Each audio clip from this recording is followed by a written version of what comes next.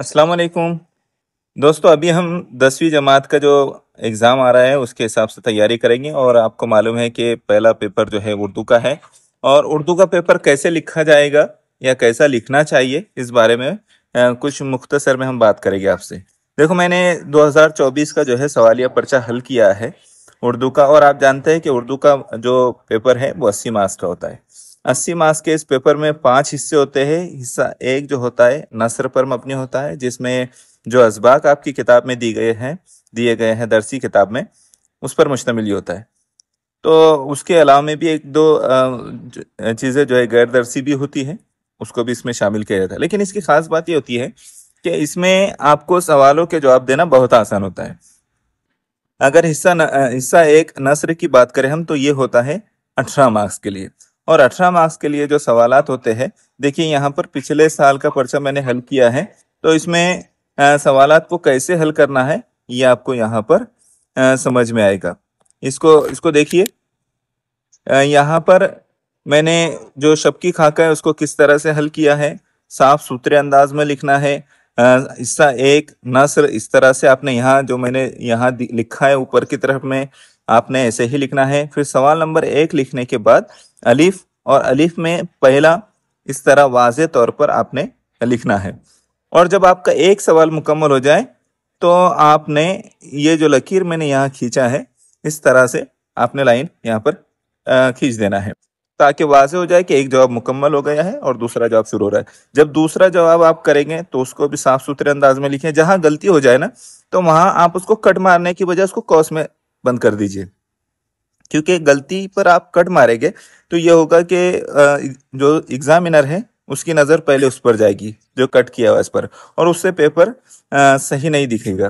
तो इसलिए क्या करें कि गलती हो भी जाए, अगर एक आध दो लफ्ज ऐसे गलत हो जाए, तो उसको कट मारने के बजाय कॉस में कर दीजिए और अपने लिखने के काम को जारी रखें। खूबसूरत लिखने की कोशिश कीजिए, प्रेजेंटेशन अच्छा दीजिए। और इस अंदाज में जैसे मैंने लिखा हूँ, देखिए सवालों के जवाब एक के बाद एक लिखिए। एक लाइन छोड़ के लिखने की कोशिश मत कीजिए।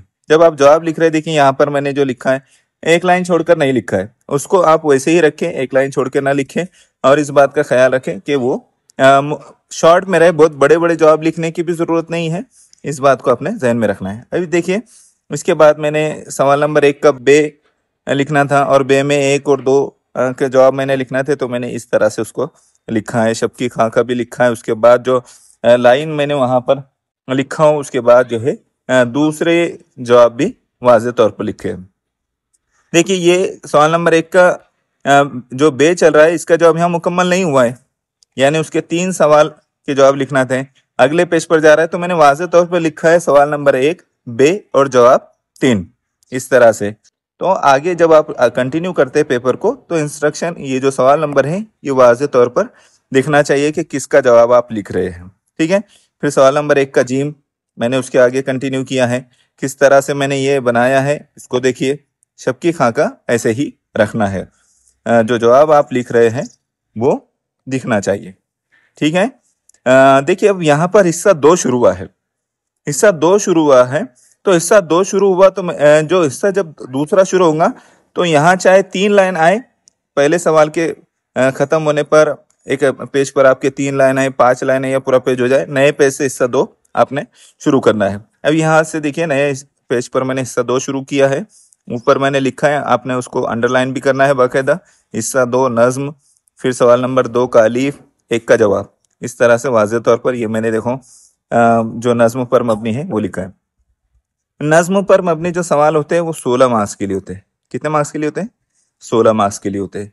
तो आप इसका ख्याल रखें कि 16 मार्क बहुत ईजी होते हैं, यानी उन्हीं में से जो है नज्मों में से आपको सवालों के जवाब ढूंढ कर लिखना है। और ये वाला जो शबकी खाके वाला जो सवाल होता है ना, वो कैसे होता है कि ये आधी आधी जो है आधे आधे मिसरे दे दिए जाते हैं सीता जी का नाम लेकर। तो आगे नज्म में दिया हुआ है, शहर जागती है, तारों की महफिल, सीता जी के गीत गाती है, इस तरह से लिखा हुआ है। नज्म आपके सामने है सवालिया परचेंट, बस आपने उसको मुकम्मल करना है।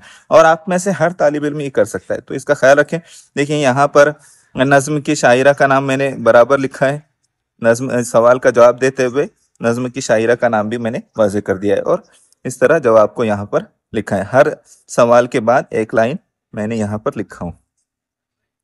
फिर ये देखिए कि सवाल नंबर 2 शुरू हुआ है, तो 2 का अलिफ का तीसरा मैंने यहाँ पर लिखा है इस्तेसानी वजाहत। इस्तेसानी वजाहत जब करते हैं तो उस शेर को लिखिए आप जिसकी वजाहत आप कर रहे हैं, बाकी इसमें आपको सवाल लिखने की जरूरत नहीं होती।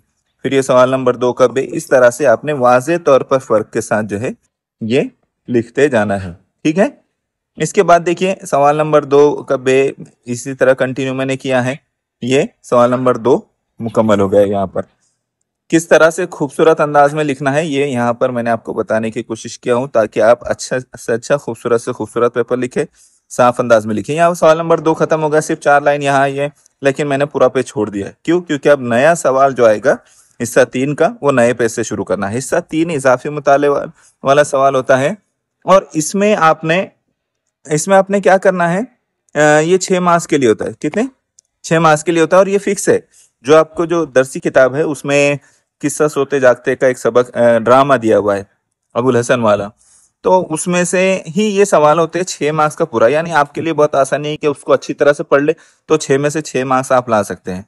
यहाँ पर 3 सवाल दिए जाते हैं हिस्सा 3 में, जिसमें से हमको 2 के जवाब लिखना होते हैं। तो मैंने पहला छोड़ दिया हूँ, ये देखो दूसरा और तीसरा किया हूँ।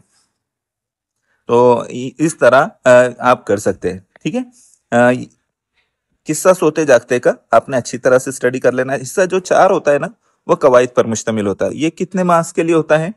तो ये होता है 16 मार्क्स के लिए। कितने मार्क्स के लिए होता है? 16 मार्क्स के लिए। तो यहाँ पर देखो मैंने 16 मार्क्स जो है उसमें भी एक खास तरतीब है। यानी पहले इसमें आपको जुमलों की किस्में बयान करना होती है। यानी सवाल आया है, एक जुमला दे दिया और कहा कि जुमले की किस्म पहचानिए। तो कौन सा जुमला है? तो मुफरद जुमला है। दूसरा जुमला कौन सा है? तो मखलूत जुमला है। देखो ज्यादा लिखने की कोशिश नहीं है यहाँ पर। जुमला लिखकर मैंने उसकी किस्म नहीं बताया हो, मैंने डायरेक्टली उसका जवाब लिखा हो। जवाब एक का एक मुफरद जुमला, एक का 2 मखलूत जुमला, इस तरह से। यहाँ पर सवाल नंबर 3 को मैंने पहले ले लिया, बाद में 2 को लिया। अगर आपको कोई सवाल पहले लिखना है तो पहले लिख लिए, लेकिन तरतीब रखना ज्यादा बेहतर होता है। ये जो कहावत है, कहावत का मतलब बयान किया हुआ है। चिराग तले अंधेरा, तो गैरों को फायदा पहुंचाना और अपनों को महरूम रखना। एक मुसीबत से निकलना, दूसरी में गिरफ्तार होना। ये किस कहावत का मतलब है? तो ये आसमान से गिरा खजूर मैट का। ये देखो ये सब जो है ये ग्रामर पर मुश्तमिल है, और हर सवाल के बाद मैंने लकीरें खींचकर वाज़ेह तौर पर उसको कर दिया है। तो आपने ये मैं बताऊंगा आगे कि किस तरह से किस सेक्शन को जो है उसमें जो आने वाले सवाल कौन कौन से हो सकते हैं या होना चाहिए, इसकी तैयारी कैसे करना है, एक वीडियो में मैं आपको बताऊंगा। ये वही कवाइद वाला है जो आगे बढ़ रहा है। देखो यहाँ पर जेर इजाफत वाला या वाव अतफ वाला है। फिर ये इसमें कई लोग कंफ्यूज है, इसको मैं ये किताब में ऐसा दिया गया था इसलिए मैंने उसको ऐसा लिखा। ये कंफ्यूजन वाला सवाल है, इसको इंशाल्लाह हम फिर से देखेंगे मुज़ाफ़ और मुज़ाफ़ इलैह के टॉपिक में। ये ज़ख़ीरे अल्फाज के लिए या अल्फाज के मजमूए के लिए जो है एक लफ्ज़, यानी आँख की पूजा करने वाले को क्या कहते हैं? तो मजूसी कहते हैं। अमानत रखने वाले को क्या कहते हैं? तो अमानतदार कहते हैं। ये एक बहुत अच्छा सवाल होता है, सवाल नंबर 4 हिस्सा 4 में कि एक लफ्ज दे दिया जाता है और उसको जेर जबर लगाना है, एराब लगाना है। सॉरी एराब नहीं, ईराब लगाना है, ईराब। तो ईराब लगाकर जो है उसको लिखना है। तो मैंने दाल और लाम दिया हुआ है, तो एक जगह जेर लगा दिया, दिल बन गया। ऊपर जबर लगा दिया, दल बन गया, दल यानी ग्रुप।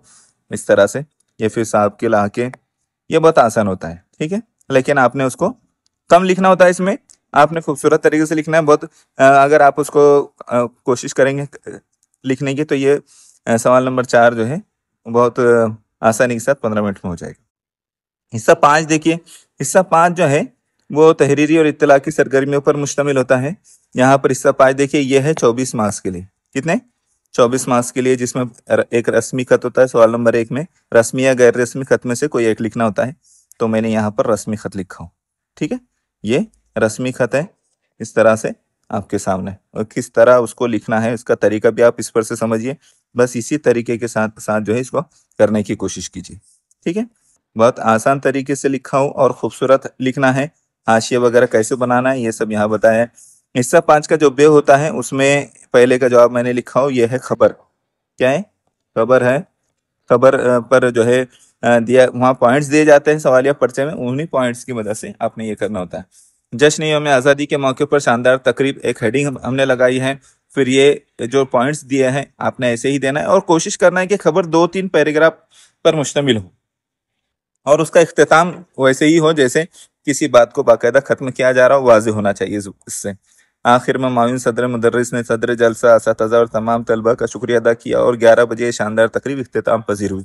तो यहाँ वाज़ेह हो रहा है कि अब बात खत्म हो गई है, तो ये चीज़ का ख्याल रखना चाहिए। ठीक है। हिस्सा 5 में जवाब 2 देखिए, इश्तिहार पर मबनी है। ये देखो मैंने बॉक्स बनाया है और उसमें इश्तिहार देने की कोशिश किया हो। ठीक है। यहाँ सवालिया पर्चे को अगर आप सामने रखेंगे तो वाज़ेह तौर पर समझ में आ जाएगा कि कैसे इश्तिहार तैयार किया जाता है। और इन चीज़ों को ख्याल रखिए। इसी तरह पॉइंट्स बनाना है, राब्ता करे, पता, उसके अहम खुसूसियात, ये सारी चीज़ें देना है। मैं इसको और तफसील से एक वीडियो में आपको बताऊंगा। पेपर लिखने का तरीका यहाँ समझाना मकसूद है, इसलिए मैं बहुत मुख्तसर में शॉर्ट में समझा रहा हूँ। अब यहाँ देखिए, एक हिस्सा 5 का जिम जो होता है, आखिरी सवाल है ये, और ये मजमून लिखने के लिए होता है। मेरी जिंदगी का नाकाबिले फरामोश वाकया, ये मजमून लिखा हुआ है। तो उसमें आप शेयर डालिए, थॉट डालिए, पैराग्राफ की शक्ल में उसको बनाने की कोशिश कीजिए। ठीक है। इस तरह से बहुत ज्यादा नहीं लिखना है, जितने कहा गया उतना ही लिखना है। इंशाल्लाह अगर ऐसा करेंगे तो आप बेहतरीन पेपर करेंगे। और हर सवाल, जब सवाल खत्म हो जाए आखिरी में लकीर खींच दीजिए। इस तरह से ये बेहतरीन तौर पर पेपर तैयार हो सकता है। उम्मीद करता हूँ ये बात आपको समझ गए होंगी और आप इसी तरह खूबसूरत अंदाज में पेपर तैयार करेंगे। ओके, जज़ाकल्लाह खैर।